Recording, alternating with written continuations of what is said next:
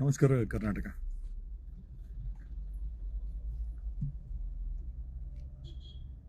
Delhi bomb ಸ್ಫೋಟವಾಗಿ 3 ದಿನಗಳು ಕಳೆಯಿತು. Delhi bomb ಸ್ಫೋಟದಲ್ಲಿ 9 ಜನ ತೀರಿ ಹೋದರೆ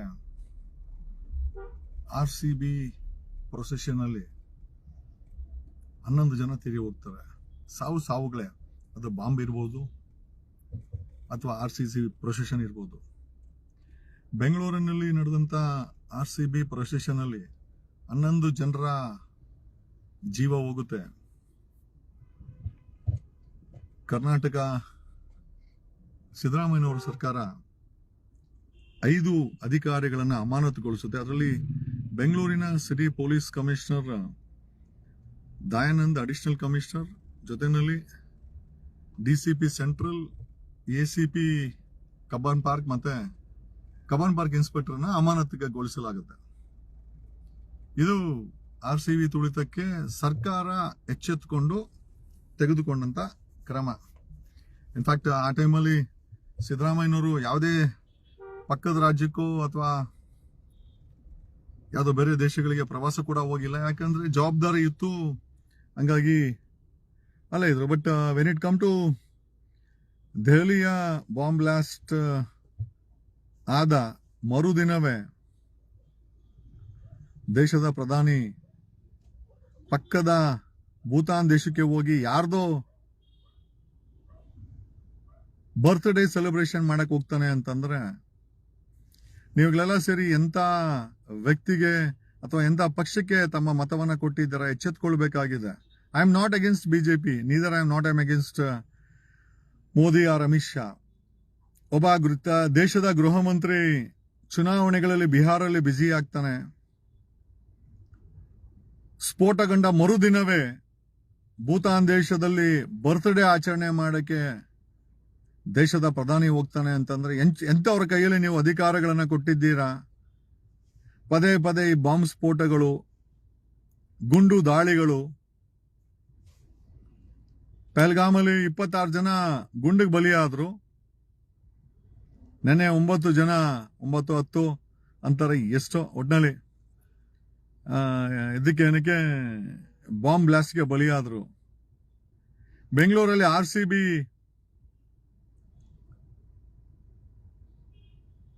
ಐ ಥಿಂಕ್ ಸೆಲೆಬ್ರೇಷನ್ ಅಲ್ಲಿ 11 ಜನ ಸತ್ತಿದ್ದಕ್ಕೆ 5 ಜನ ಪೊಲೀಸ್ ಅಧಿಕಾರಿಗಳ ತಲೆದಂಡ ಆಯಿತು. ಡೆಲ್ಲಿನಲ್ಲಿ ಬಾಂಬ್ ಇಟ್ಟಿದ್ದಕ್ಕೆ ಡೆಲ್ಲಿ ಪೊಲೀಸ್ ಕಮಿಷನರ್ ಅಮಾನತೇನು ಮಾಡಲಿಲ್ಲ. ಯಾರ ಮೇಲೂ ಕ್ರಮ ಆಗಿಲ್ಲ. ದೇಶದ ಪ್ರಧಾನಿ ಆರಾಮಾಗಿ ಬೇರೆ ದೇಶಕ್ಕೆ ಬರ್ತ್ಡೇ ಸೆಲೆಬ್ರೇಷನ್ ಮಾಡಕ್ಕೆ ಹೋಯ್ತಾರೆ. ಗೃಹ ಸಚಿವ ಆರಾಮಾಗಿ ಎಲೆಕ್ಷನ್ ಅಲ್ಲಿ ಓಡಾಡಿಕೊಂಡು ಯಾವುದೇ ನೋವಿಲ್ಲ. ಮತ್ತೆ ಇಂಥವ್ರ ಕೈಗೆ ಅಧಿಕಾರಗಳನ್ನ ಓಟನ್ನ ಕೊಡುವಂತ ನೀವುಗಳು ನಿಮ್ಮನ್ನ ಪ್ರಶ್ನೆ ಮಾಡ್ಕೊಳ್ಬೇಕು. ನಮ್ಮ ವ್ಯವಸ್ಥೆ ಎಲ್ಲಿಗೆ ಹೋಗ್ತಾ ಇದೆ?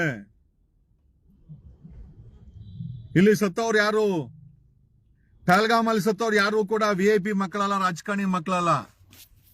ನೆನ್ನೆ ಡೆಲ್ಲಿನಲ್ಲಿ ಸತ್ತವರು ಕೂಡ ಯಾರು ರಾಜಕಾರಣಿಗಳ ಮಕ್ಕಳಲ್ಲ, VIPಗಳ ಮಕ್ಕಳಲ್ಲ. ಇವನ್ RCB ಪ್ರೊಸೆಷನ್ ಅಲ್ಲಿ 11 ಜನ ಸತ್ರಲ್ಲ, ಅವ್ರು ಯಾರು ಕೂಡ ರಾಜಕಾರಣಿಗಳು, VIP ಶ್ರೀಮಂತರ ಮಕ್ಕಳಲ್ಲ, ಎಲ್ಲ ಬಡವರ ಮಕ್ಕಳು. ಸೊ ದೇಶದಲ್ಲಿ ಅರಾಜಕತೆ ಇರ್ಬೇಕಾದ್ರೆ ಒಬ್ಬ ಪ್ರಧಾನಿ ಜವಾಬ್ದಾರಿ ಹೊರಬೇಕಾದಂತ ಪ್ರಧಾನಿ ಪಕ್ಕ ದೇಶಕ್ಕೆ ಬರ್ತ್ಡೇ ಸೆಲೆಬ್ರೇಷನ್ ಮಾಡಕ್ ಹೋಗ್ತಾರೆ ಅಂತಂದ್ರೆ ನೀವುಗಳು ನಿಮ್ಮನ್ನ ಪ್ರಶ್ನೆ ಮಾಡ್ಕೊಳ್ಬೇಕು. ಎಂತವ್ರಿಗೆ ಓಟ್ ಹಾಕಿದ್ದೀರಾ ನೀವುಗಳೆಲ್ಲ ಸೇರ್ಕೊಂಡು? ಈ ದೇಶದಲ್ಲಿ ವಯಸ್ಸಾಗಿರುವಂತಹ ವ್ಯಕ್ತಿಗಳು ರಾಜಕೀಯ ಮಾಡ್ತಾರೆ. ಯುವಕರುಗಳು ನಮ್ಮಂಗೆ ಬೈಕೊಂಡು ಫೇಸ್ಬುಕ್ ಅಲ್ಲಿ, ಯೂಟ್ಯೂಬ್ ಅಲ್ಲಿ ಕೂತ್ಕೊಂಡು ಪ್ರಶ್ನೆ ಮಾಡ್ತಾರೆ. ಯಾವ ಯುವ ಜನತೆ ಕೈಯಲ್ಲಿ ಅಧಿಕಾರ ಇರಬೇಕು, ಅವ್ರ ಕೈಯಲ್ಲಿ ಅಧಿಕಾರ ಇಲ್ಲ. ಬೆಂಗಳೂರಲ್ಲಿ RCB ಪ್ರೊಸೆಷನ್ಗೆ 11 ಜನ ಸತ್ತಿದ್ದಕ್ಕೆ 5 ಜನ ಪೊಲೀಸ್ ಅಧಿಕಾರಿಗಳ ತಲೆದಂಡ ಆಯ್ತು. ಡೆಲ್ಲಿನಲ್ಲಿ 9 ಜನ ಸತ್ರು. ಯಾವ ಪೊಲೀಸ್ ಅಧಿಕಾರಕ್ಕೆ ತಲೆದಂಡ ಕೂಡ ಕೇಂದ್ರ ಸಚಿವ ಅಮಿತ್ ಶಾ ಅಥವಾ ಮೋದಿ ಬರ್ತ್ಡೇ ಮಾಡಕ್ಕೆ ಪಕ್ಕ ದೇಶಕ್ಕೆ ಹೋಯ್ತಾರೆ. ಈ ದೇಶದ unfit person is become a home minister of this nation. ಈ ದೇಶದ ಅನ್ಫಿಟ್ ಹೋಮ್ ಮಿನಿಸ್ಟರ್ ಅಂತಂದ್ರೆ ಅದು ಅಮಿತ್ ಶಾನೇ. ಕಾರಣ ಯಾಕೆ ಅಂತಂದ್ರೆ ಇಷ್ಟೆಲ್ಲ ಪದೇ ಪದೇ ಗುಂಡುಗಳ ಸದ್ದು, ಗುಂಡಿಂದ ಕೊಲ್ತಾರೆ, ಬಾಂಬ್ ಇಟ್ಟಿ ಕೊಲ್ತಾರೆ. An unfit person has become a home minister of this nation. ವಿಪರ್ಯಾಸ ಅಂದ್ರೂ ಕೂಡ ಸತ್ಯ. ಅವಶ್ಯಕತೆ ಇಲ್ಲ ಅಂದ್ರೂ ಕೂಡ 3ನೇ ಬಾರಿ ಪ್ರಧಾನಿ. ದೇಶದಲ್ಲಿ ಸ್ಫೋಟ ಆಗಿ ಜನ ಸತ್ರೆ ಪಕ್ಕದ ದೇಶದಲ್ಲಿ ಬರ್ತ್ಡೇ ಸೆಲೆಬ್ರೇಷನ್ ಮಾಡೋ ಪ್ರಧಾನಿ ನಿಜವಾಗ್ಲೂ ಈ ದೇಶಕ್ಕೆ ಬೇಕಾಗಿದ್ಯಾ? ರಾಜೀನಾಮೆ ಕೊಟ್ಟು ಹೋಗಬೇಕು. ಇವರು ಹೋಗಲ್ಲ. ಯಾಕೆ ಅಂತಂದ್ರೆ ಅಧಿಕಾರದಲ್ಲಿ ಆ ಅಧಿಕಾರ, ಹಣ, ಆ ಎಂಜಾಯ್ ಮಾಡಿಕೊಂಡು ಯಾವ ಮಾನವೀಯತೆ ಇಲ್ಲದಂತ ವ್ಯಕ್ತಿ ದೇಶದಲ್ಲಿ 9 ಜನ ಬಾಂಬ್ ಬ್ಲಾಸ್ಟ್ ಅಲ್ಲಿ ಸತ್ರೆ ಇದುವರೆಗೂ ಒಬ್ಬರ ತಲೆದಂಡ ಆಗಿಲ್ಲ. ಒಬ್ರು ಕೂಡ ರಾಜೀನಾಮೆ ಕೊಟ್ಟಿಲ್ಲ. ಪೊಲೀಸ್ ಅಧಿಕಾರಿಗಳ ಮೇಲೆ ಯಾವುದೇ ಶಿಸ್ತಿನ ಕ್ರಮ ಆಗಿಲ್ಲ. ಯಾವ ಸೀಮೆ ಆಡಳಿತ ಮಾಡ್ತಾ ಇದೆ ಕೇಂದ್ರ ಸರ್ಕಾರ? The answer has to be answered. ಯಾವ ಸೀಮೆ ಅಧಿಕಾರ ಮಾಡ್ತಾ ಇದೆ? ದೆಹಲಿ ಪೊಲೀಸ್ ಕಮಿಷನರ್ ಸಸ್ಪೆಂಡ್ ಆದ್ನಾ? ಆಗಿಲ್ಲ. ಶುಡ್ ಬಿ ಹೋಲ್ಡ್ ಅಕೌಂಟಬಲ್ ಅಲ್ಲ? ಯಾರು ಕೇಳೋರೇ ಇಲ್ಲ ಅಂದ್ಮೇಲೆ ಯಾಕೆ ಸಸ್ಪೆಂಡ್ ಮಾಡ್ತಾರೆ? ಅದೇ ಹೇಳ್ತಾರಲ್ಲ, ಹುಚ್ಚರ ಮದುವೆಯಲ್ಲಿ ಉಂಡೋನೆ ಜಾಣ. ದೇಶದ ಜನತೆ ಯಾರನ್ನ ಪ್ರಶ್ನೆ ಮಾಡ್ಬೇಕು ಅವ್ರಿಗೇ ಗೊತ್ತಿಲ್ಲ. ಯಾಕಂದ್ರೆ ಅವರೇ ಎಲೆಕ್ಟ್ ಮಾಡಿರೋದು, ಪದೇ ಅವರೇ ಎಲೆಕ್ಟ್ ಮಾಡಿರೋದು ಅಂತ ಹೇಳುತ್ತಾ ಏನೋ ಈ ರೀತಿ ಹುಚ್ಚತನದ ಆಡಳಿತವನ್ನ, ಅದೇ ಹೇಳ್ತಿರಲ್ಲ, ಈ ರೀತಿ ಆಗ್ತಾ ಇದ್ರೆ 2 ಕನ್ಫರ್ಮೇಶನ್ ಇದೆ. ಒಂದು, ಅಯೋಗ್ಯರ ಕೈಯಲ್ಲಿ ಅಧಿಕಾರ ಇದೆ, ಅಥವಾ ಕ್ರಿಮಿನಲ್ಸ್ಗಳು ಅಧಿಕಾರ ಹಿಡ್ಕೊಂಡು ನಮ್ಮ ದೇಶವನ್ನ, ರಾಜ್ಯವನ್ನ ನಡೆಸ್ತಾ ಇದ್ದಾರೆ. ಇವೆರಡೂ ಕೂಡ ಸತ್ಯ ಇರಬೇಕು. ನನಗೆ ಹೇಳಲಿಕ್ಕೆ ಏನೂ ಸಮಸ್ಯೆ ಇಲ್ಲ. ನನ್ನ ದೇಶದಲ್ಲಿ ನನ್ನ ಜನ ಗುಂಡಿಂದ ಸತ್ರೆ, ಬಾಂಬಿಂದ ಸತ್ರೆ ನಮಗೆ ನೋವಾಗೋದು ಸಹಜ. ಅದನ್ನ ನಾವು ಇವತ್ತು ಯಾರ್ದೋ ಒಂದು ತಲೆ ಕಟ್ಟಿ ಇವರು ತಮ್ಮ ರಾಜಕೀಯವನ್ನ ಮುಂದುವರಿಸ್ತಾರೆ. ಅಲ್ಟಿಮೇಟ್ಲಿ ನೀವುಗಳೇ ಇದಕ್ಕೆ ಯೋಚನೆ ಮಾಡಬೇಕು ಅಂತ ಹೇಳುತ್ತಾ ಈ ವಿಡಿಯೋನ ಮುಗಿಸ್ತಾ ಇದ್ದೀನಿ. ಒಂದಂತೂ ನಿಜ, ನೀವ್ ಎಲ್ಲಿವರೆಗೂ ಬುದ್ಧಿವಂತರಾಗೋದಿಲ್ವೋ ಅಲ್ಲಿವರೆಗೂ ಈ ದೇಶನೂ ಉದ್ಧಾರ ಆಗಲ್ಲ, ಈ ರಾಜ್ಯನೂ ಉದ್ಧಾರ ಆಗಲ್ಲ. ಇದು ಬರ್ದಿಟ್ಕೊಳ್ಳಿ, ನಿಮ್ ಮನೆ ಪೇಪರ್ ಅಲ್ಲಿ ಬರ್ದಿಟ್ಕೊಳ್ಳಿ. You need to become alert. Okay, ಯಾವ ದೇಶದಲ್ಲಿ ಬಾಂಬ್ ಬಿಟ್ಟು 9 ಜನ ಸಾಯ್ತಾರೆ, 25 ಜನ ಗಾಯಗೊಳ್ತಾರೆ, ಆ ದೇಶದ ಪ್ರಧಾನಿ ಪಕ್ಕದ ಭೂತಾನ್ ದೇಶದಲ್ಲಿ ಯಾರ್ದೋ ಬರ್ತ್ಡೇ ಸೆಲೆಬ್ರೇಷನ್ ಮಾಡಕ್ ಹೋಗ್ತಾನೆ ಅಂತಂದ್ರೆ ಎಂತವರ ಕೈಯಲ್ಲಿ ನೀವು ಅಧಿಕಾರ ಕೊಟ್ಟಿದ್ದೀರಾ? ಅದನ್ನ ಯೋಚನೆ ಮಾಡಿ. ಹೋಗಿ ಮಾರ್ರೆ, ಮೋದಿಜಿ ಇಲ್ಲ ಅಂದಿದ್ರೆ, ಹಲೋ ನಾನು ಇಂಟರ್ನೆಟ್ ಕಾಸು ಹಾಕಿದ್ದೀನಿ, ಸ್ಯಾಮ್ಸಂಗ್ ಮೊಬೈಲ್ ಸೇಲ್ ಮಾಡಿದ್ದಾರೆ, ನಾನು ದುಡ್ಡಲ್ಲಿ ಸ್ಯಾಮ್ಸಂಗ್ ಫೋನ್ ತಗೊಂಡಿದ್ದೀನಿ, ಲಾ ಓದಿದ್ದೀನಿ, ಕಾನೂನು ಮಾತಾಡ್ತಿದ್ದೀನಿ. ಯಾವ ಮೋದಿಯಿಂದ, ಯಾವ ಅಮಿತ್ ಶಾ ಇಂದ ನಾನು ಇದನ್ನ ಮಾತಾಡ್ತಲ್ಲೇ? ಅವ್ನು ಯಾವನ ಬರ್ದವನೇ, ಶಿವರಾಜ SR ಅಂತೆ. ಹೋಗಿ ಮಾರ್ರೆ, ಮೋದಿಜಿ ಇಲ್ಲ ಅಂದಿದ್ರೆ ನೀವು ಇವತ್ತು ಈ ತರ ಲೈವ್ಗೆ ಏನಪ್ಪ ಟೆಕ್ನಾಲಜಿನ ಆಯಪ್ಪನೆ ಕಂಡಿಡ್ದ ನಮ್ಗೆಲ್ಲ ಏನ್ ಪುಕ್ಸಟೆ ಕೊಟ್ಟವ್ರೆ? 1.5 ಲಕ್ಷ ಮೊಬೈಲ್ ಐತ್ಲೇ, ಸ್ಯಾಮ್ಸಂಗ್ ಅವ್ರು ಮಾಡಿರೋದು.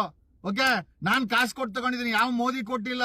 ಟೆಕ್ನಾಲಜಿ ಏನು, ಯಾರ ಅಪ್ಪನ ಮನೆ ತಿಂಗಳು ಇಂಟರ್ನೆಟ್ಗೆ ಓಕೆ 500 ರೂಪಾಯಿ ಚಾರ್ಜ್ ಮಾಡ್ತೀನಿ, ಯಾವನೇನು ಪುಕ್ಸಟೆ ಕೊಡಲ್ಲ ನನಗೆ. ಈ ಕೂತ್ಕೊಂಡು ಮಾತಾಡ್ತಾ ಇದ್ದೀನಿ ಅಂತಂದ್ರೆ ನನ್ನ ಆರ್ಥಿಕ ಸ್ವಾತಂತ್ರ್ಯ ಸಂಪಾದನೆ ಮಾಡಿ ನನ್ನನ್ನ ಶಕ್ತಿಗೊಳಿಸಿ ತದನಂತರ ಸಮಾಜದ ಬಗ್ಗೆ ಮಾತಾಡ್ತಾ ಇದ್ದೀನಿ. ನನ್ಗೆ ಯಾರು ಬಂಡವಾಳ ಹಾಕಲ್ಲ, ನನ್ಗೆ ಯಾರು ಫೋನ್ ಪೇ ಹಾಕಲ್ಲ, ನನ್ಗೆ ಯಾರು ಟ್ಯಾಕ್ಸ್ ಕಟ್ಟಲ್ಲ. ಅರ್ಥ ಆಯ್ತಾ? ನಾನು ಏನ್ ಮಾಡಿದ್ರು ಯಾರೇನ್ ಕೇಳೋರಿಲ್ಲ. ಏನು ಲೆಕ್ಕ ಹಾಕಲ್ರಿ ಅಲ್ಲ, ನಾನ್ ಲೈವ್ ಮಾಡೋದಕ್ಕೆ ಮೋದಿ ಕಾರಣ ಅಂತೆ. ಅಲ್ಲೋ ಮೋದಿ ಏನೋ 9 ಜನ ಹೆಣ ಬಿತ್ತು ರೆಡ್ ಫೋರ್ಟ್ ಅಲ್ಲಿ, ಹಾರ್ಟ್ ಆಫ್ ದ ಸಿಟಿನಲ್ಲಿ, ಪಕ್ಕದ ಭೂತಾನ್ಗೆ ಬರ್ತ್ಡೇ ಸೆಲೆಬ್ರೇಟ್ ಮಾಡಕ್ ಹೋಯ್ತಾನೆ. ಎಂತವ್ರು ಓಟ್ ಹಾಕಿದ್ರಲ್ಲಿ? ನಿಮ್ಮಂತ ದಡ್ಡ ಶಿಖಾಮಣಿಗಳಿರೋವರೆಗೂ ಈ ದೇಶನೂ ಉದ್ಧಾರ ಆಗಲ್ಲ, ಈ ಮಣ್ಣು ಉದ್ಧಾರ ಆಗಲ್ಲ, ಈ ರಾಜ್ಯನೂ ಉದ್ಧಾರ ಆಗಲ್ಲ. ನೀವು